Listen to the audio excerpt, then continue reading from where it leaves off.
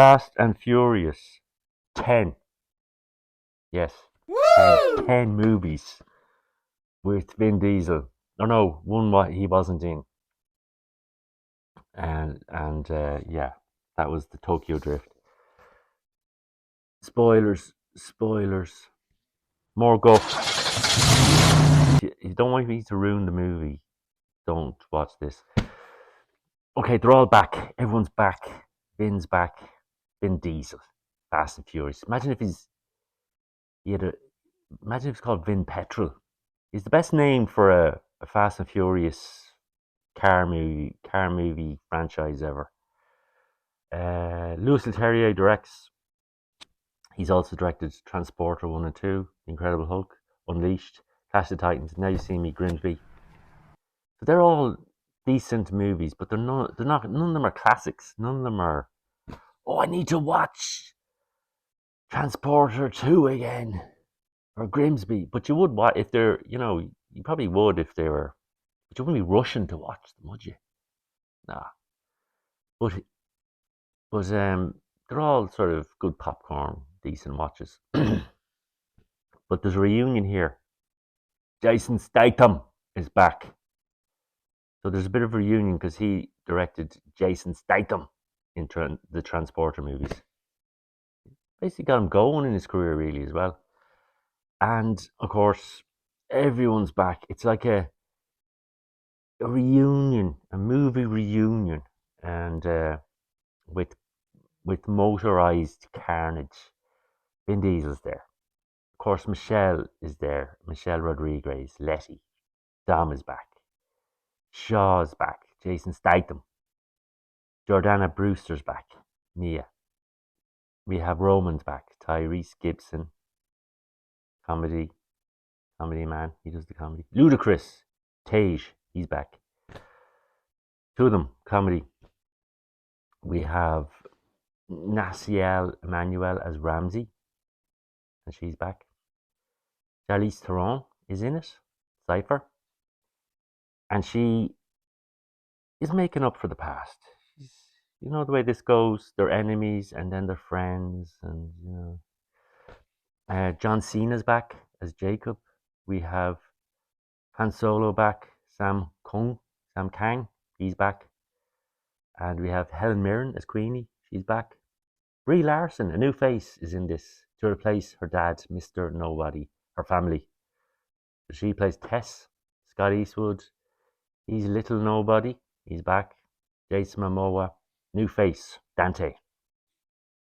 He's our Joker. He's our bad guy. He's our crazy man. He brings a lot of. He saves this movie for me. Liked his performance. It's like he's let off the leash. He just goes for it, and he's our bad guy, and he plays the son of the bad guy from Fast and Furious 5 that they steal the money from, and they kill his father in Fast and Furious 5, and he wants revenge. They kill his family, and he gets it. He goes after all the Fast and Furious guys. He wants to wipe them out. He wants to blow up the Vatican, and he wants. What else does he want to do?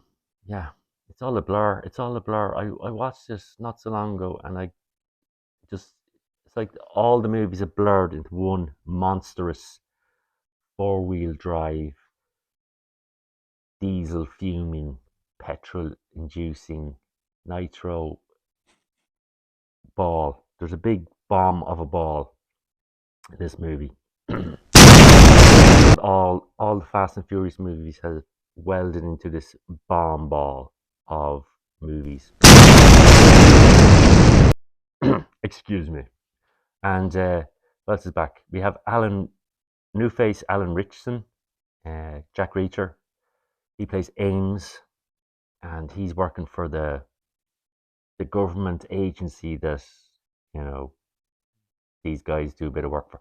So there's a great James Bond feel to this. There's a great, yeah, it's just madness, the whole thing. And Danielle Melchior plays Isabel. Who's she again? Isabel. Oh yeah, she's a new recruit. She's the sister of someone else. I can't think of her name.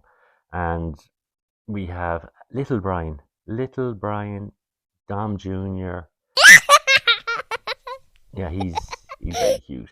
He's lovely. He's going to be he's going to be continuing on the legacy into Fast and Furious, you know, reboots and down the road. He's going to be back. He's the new John. We're setting it up. We know there. So he's Leo Abello Perry, and he's Little Dom, and he has to be rescued by John Cena, his Uncle John, or Uncle Jacob, and he's gotten out of the city because, of course, Dante's after everyone. Dante wants to, you know, be the bad guy. And what else does he do? Let me think. So we have the Vatican, we have the Rome scene, we have a bit of action in London.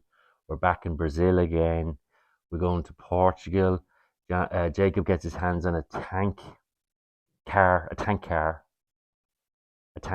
No, a tank car. It's a car that shoots missiles. Okay, and we have Han taking on Jason Statham, and we have who else do we have? Oh yeah, we have Charlize Theron Cypher. She's a good fight with the henchmen of Dante, and Brie Larson kicks. Everyone gets their chance to shine, basically. Helen Mirren's back. Tyrese and Ludacris have a little bit of everyone has their own chance to shine here. And yeah, I think I might have seen too many Fast and Furious movies. My favorites are four. Fast and Furious 4 was good. Of course, I like the first one. 5, 6. 5 was, I think I really like 5. 6 was great as well. 7, very good. But then it's sort of going downhill for me now, fast and furiously downhill. And, I think they need to start wrapping up this franchise. They need to give it a few years, give it some years, 5 years, and then get little Brian Moulton on the road and give us a break, because I think they've made as much money as they're going to make from this. What else? Yeah, there's the ending. What's the ending? Yeah, at the ending we have our tank car, and we have there's a good helicopter wire stuff, and Finn reverses off an he reverses off an airplane, and he lands on 2 cars that break his fall. Yeah, Wow. and he survives. Of course he does. Woo! And what else do we have here? Yeah, mediocre. Jason Momoa, good bad guy. It ends abruptly. It ends on a cliffhanger. Hopefully, the next movie is the last Fast and Furious movie. And yeah, let's call it a day. Let's call it a day. Seen enough. Because I don't know what they can do now. I don't know what they can do. What country can they destroy? And yeah, great cast. You know, a lot of likable characters in this. Yeah, they're all getting their chance to shine, and we miss The Rock. I like we miss Dwayne. We miss what's his name, Hobbs. But he's makes a little cameo at the end, so hopefully he'll be back, because Black Adam didn't work out, so he's going to be back. And special effects seem a little bit, yeah, you know, when it takes you out of the action when you see the special effects, you notice the special effects. That was happening a bit. But other than that, yeah, not the best Fast and Furious movie. Getting a bit stale. It's all getting a bit stale for me. So I'm going to give this a 3 out of 5. And but look, good popcorn movie. Yeah, but I'm glad I didn't. I'm glad. You know, I'm glad they're sort of winding this up, putting the brakes on, putting the handbrake on, putting the car in the garage and putting the sheet over it, and calling it a day. Okay, what else can I talk to say about this? Yeah, that's about it. That's about it. Fred MacGuffin, Finide with Fast and Furious 10. Fred MacGuffin has reviewed Fast and Furious 10.